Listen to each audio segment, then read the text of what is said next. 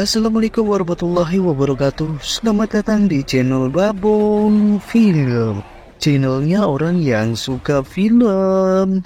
Kembali lagi dengan saya yang suka makan buah pisang. Karena kemarin Ran dan yang lain terpisah, nasib apes menimpa Ran dan Mat karena ia hampir saja terbunuh oleh seorang wanita yang bernama Dana.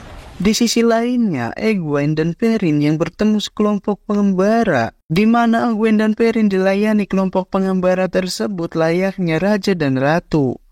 Dan terakhir, Morin, Lan, dan Neffy akhirnya bertemu dengan saudari-saudarinya, alias Aes Sedai. Kini saya meminta kepada kalian untuk disiapkan kopi dan cemilannya, karena video akan segera dimulai. Tapi sebelum itu, bumper dikit.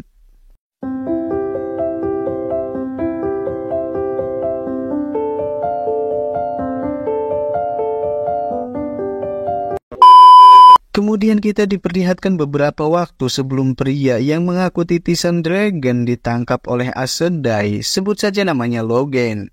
Kekuatannya sangat-sangat mengerikan sekali karena mampu memporak-porandakan kota Ghealdan dan kerajaannya hanya seorang diri saja.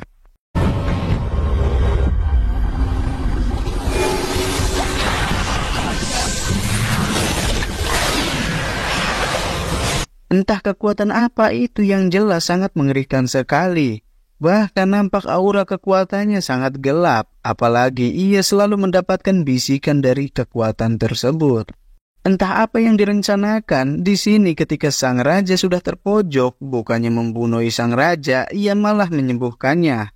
Padahal sudah diperingatkan oleh aura gelap miliknya, tapi karena itulah yang tadinya musuh kini menjadi pasukan.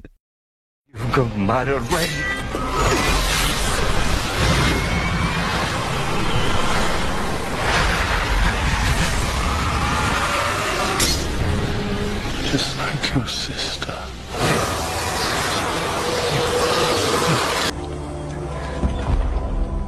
Kemudian kita diperlihatkan Neffy, Morin, dan Lan yang sudah berada di perkemahan kelompok Aes Sedai. Di sini Morin diobati oleh saudarinya yang bernama Crane.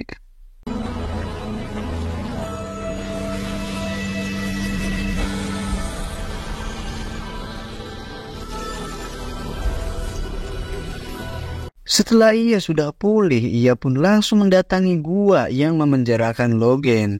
Ia yang melihat Crane akan menggantikan Liandrin yang sudah capek, ia pun langsung menghentikannya. Dan karena kekuatannya sudah pulih, jadi ia akan menggantikan Liandrin untuk memperkuat penjara segel untuk Logain. For you. Selfless to a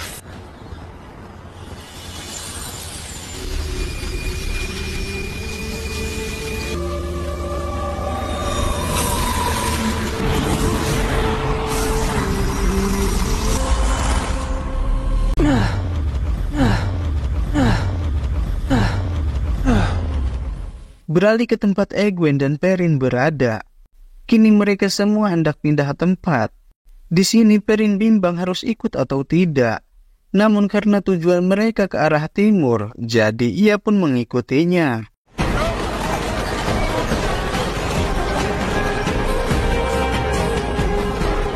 Dalam perjalanan ini, Perrin heran karena sekelompok pengembara ini dengan anggota yang sangat banyak. Mereka tidak merasa takut apabila dalam perjalanan mereka diserang sekelompok bandit. Di sini Ayla menjelaskan bahwa kelompok ini tidak menyukai kekerasan. Dan mereka memiliki prinsip seperti daun. Karena daun ketika sudah berguguran dapat menyuburkan tanaman dan menumbuhkan daun-daun kembali. Kemudian kita kembali ke Morin dan saudarinya yang namanya entah siapa, saya masih bingung karena mereka menyebutkan banyak sekali nama. Jadi untuk sementara waktu kita sebut saja namanya Mbak Inces terlebih dahulu. Di sini Morin menduga bahwa Logain adalah sang dragon palsu. Walau begitu Mbak Inces berpikir mau asli atau palsu, tapi kekuatannya sangat mengerikan. Kemudian Logain menunjukkan sedikit kemampuannya.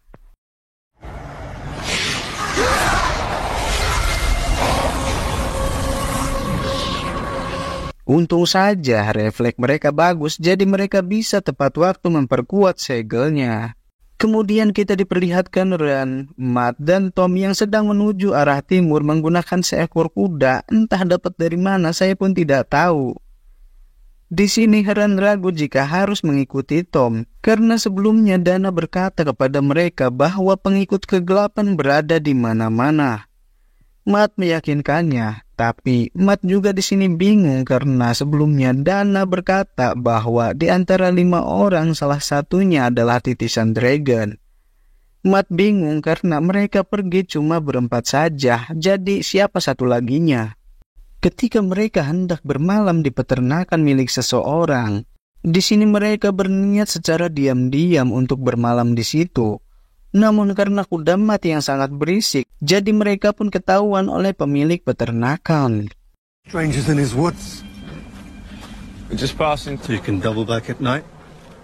Quite a risk to me and Ketika mereka hendak diserang, untung saja Ran yang cerdas bisa menjelaskan tujuan mereka secara baik-baik. Hingga akhirnya mereka pun diperbolehkan bermalam di sana. Setelah itu kita beralih ke Navy yang sedang duduk santuy sambil ngopi. Di sini ia dihampiri Liandrin. Mereka sedikit berbincang. Navy bertanya kepada Liandrin apa yang ia ketahui tentang Morin. Liandrin memberitahu Navy jika Morin memilih Ajah Biru yang bertugas menjadi mata-mata. Jadi gini teman-teman, di kelompok Aes Sedai memiliki Ajah, ya kurang lebih diibaratkan TNI. TNI memiliki beberapa kesatuan dengan tujuannya masing-masing. Ya kurang lebih hampir sama seperti itu teman-teman. Tak lama dari itu, Lan datang untuk bergabung dengan mereka. Tapi Liandrin memutuskan untuk pergi setelah Lan datang.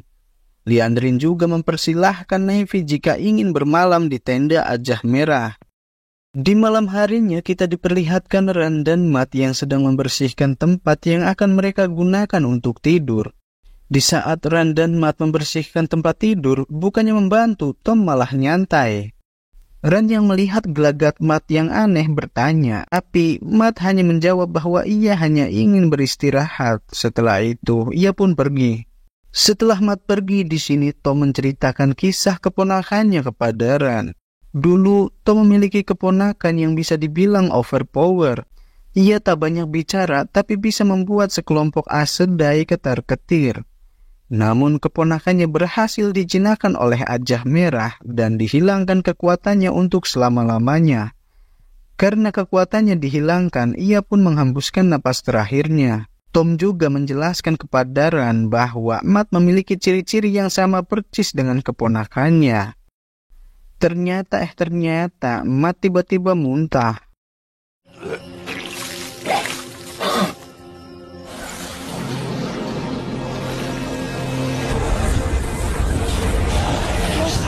Mungkin yang dijelaskan Tom tentang Matt benar adanya. Ketika anak pemilik kontrakan menghampiri Matt untuk memberikannya roti, darah yang berada di bibir Matt masuk kembali ke dalam mulutnya. Karena melihat anak itu, Matt jadi teringat kepada adik-adiknya. Ketika Matt menanyakan namanya, anak tersebut tidak mau memberitahu. Karena ibunya hanya menyuruh untuk memberikan roti ini saja, terus langsung pulang. Tapi karena Matt menceritakan adiknya kepada anak tersebut, ia memberikan boneka miliknya kepada Matt untuk sang adik. Awalnya Matt menolak, tapi karena memaksa, Matt pun menerimanya. Di perkemahan Aes Sedai, Navy dan para pengawal Aes Sedai sedang menikmati api unggun. Di sini Navy nampak terlihat bahagia. Ia bertanya kepada mereka kenapa mau melayani Aes Sedai. Mereka menjawab bahwa mereka tidak melayani, tapi tidak ada yang bisa menandingi hubungan erat Aes Sedai dengan pengawalnya, bahkan itu suami istri. Mereka juga memberitahu Navy arti Aes Sedai dalam bahasa kuno, yaitu pelayan semua. Jadi Aes Sedai memiliki tugas melayani dunia. Kemudian kita diperlihatkan Egwene yang tak mau kalah dari Navy. Ia ikut berjoget riang bersama kelompok pengembara. Nampaknya Egwene di sini bahagia banget.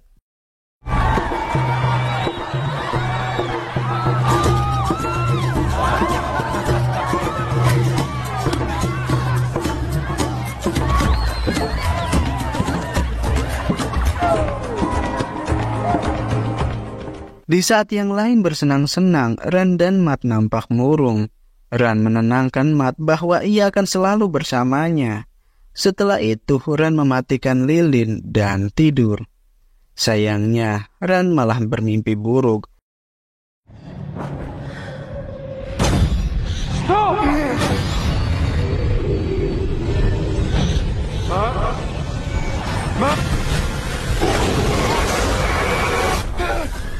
Setelah terbangun, ia terkejut melihat Matt yang tidak ada di sampingnya. Jadi, ia dan Tom memutuskan untuk mencarinya. Alangkah terkejut Ran melihat pemilik peternakan semuanya sudah terbunuh, termasuk anak-anaknya. Ran yang melihat Matt di situ terkejut, apalagi melihat gelagatnya yang aneh.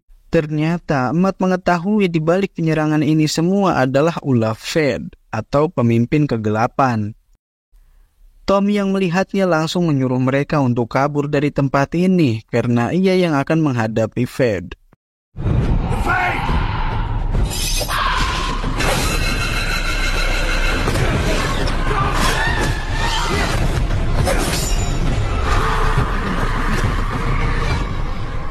Di sini Ran dan Matt kabur menaiki seekor kuda yang tanpa Matt sadari boneka pemberian anak itu jatuh. Dan saya juga gak tahu nasib Tom selanjutnya gimana. Jadi ayo subscribe terlebih dahulu dan like videonya biar saya semangat nih. Keesokan harinya Navy yang melihat Lan pergi dengan gelagat yang aneh memutuskan untuk mengikutinya dari belakang. Di sisi lain, Liandrin dan Crane bagian sip pagi untuk menahan segel yang membelenggu Logan. Kembali ke Lan dan Navy. Di sini, Navy yang melihat Lan sedang ritual langsung menghampirinya untuk ngegosip. Tapi percakapan mereka tak lama karena sepertinya pasukan Logan datang untuk menyerang mereka. Sehingga mereka berdua bergegas kembali ke tenda. Sesampainya di sana, benar saja pasukan Logan sedang menyerang mereka dan geger geden pun tak terelakkan.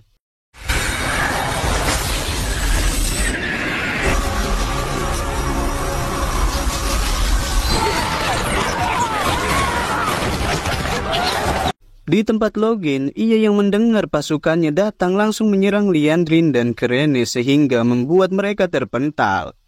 Dan setelah itu langsung meleburkan selnya.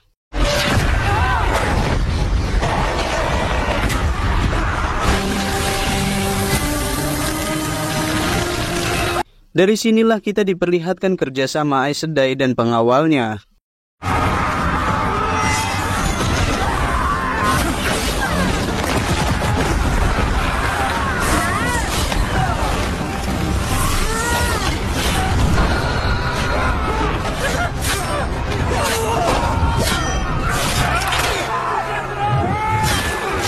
Setelah sel lebur, tak lama dari itu Morin datang.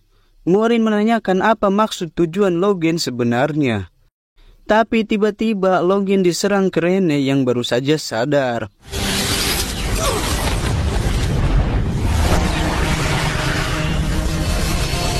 Karena hal tersebut Logan marah dan langsung menyerang mereka hingga membuat Crane harus gugur.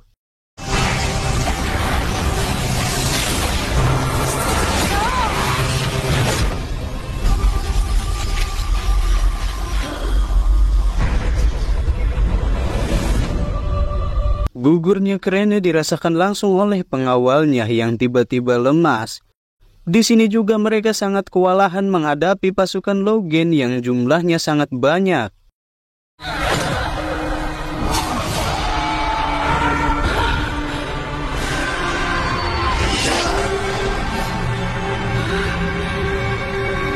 Daddy Inches menyuruh mereka semua untuk pergi ke tempat Logan dan biarkan ia yang melawan pasukan Logan bersama pengawalnya.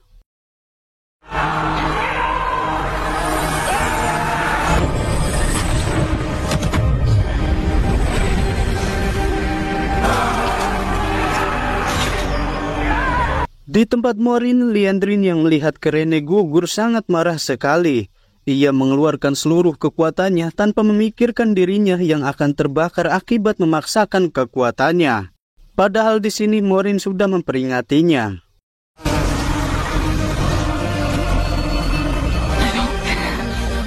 killed our sister. Sesampainya Lan dan kawan-kawan, di sini pengawal Kerene yang melihat Kerene sudah gugur tanpa pikir panjang langsung menyerang Logen hingga hal inilah yang terjadi.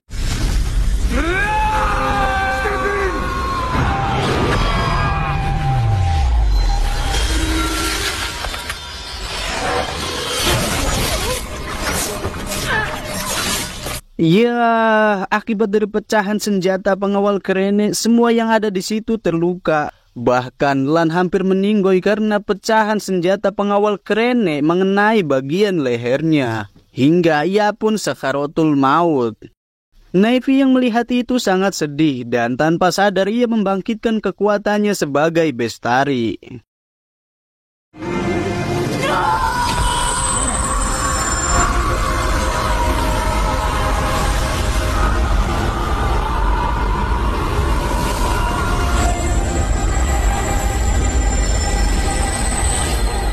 Akhirnya semua orang sembuh. Liandrin yang melihat itu tak mau menyia-nyiakan kesempatan.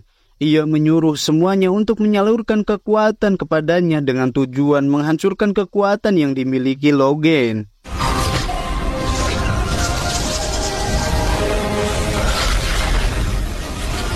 New Logen Abla.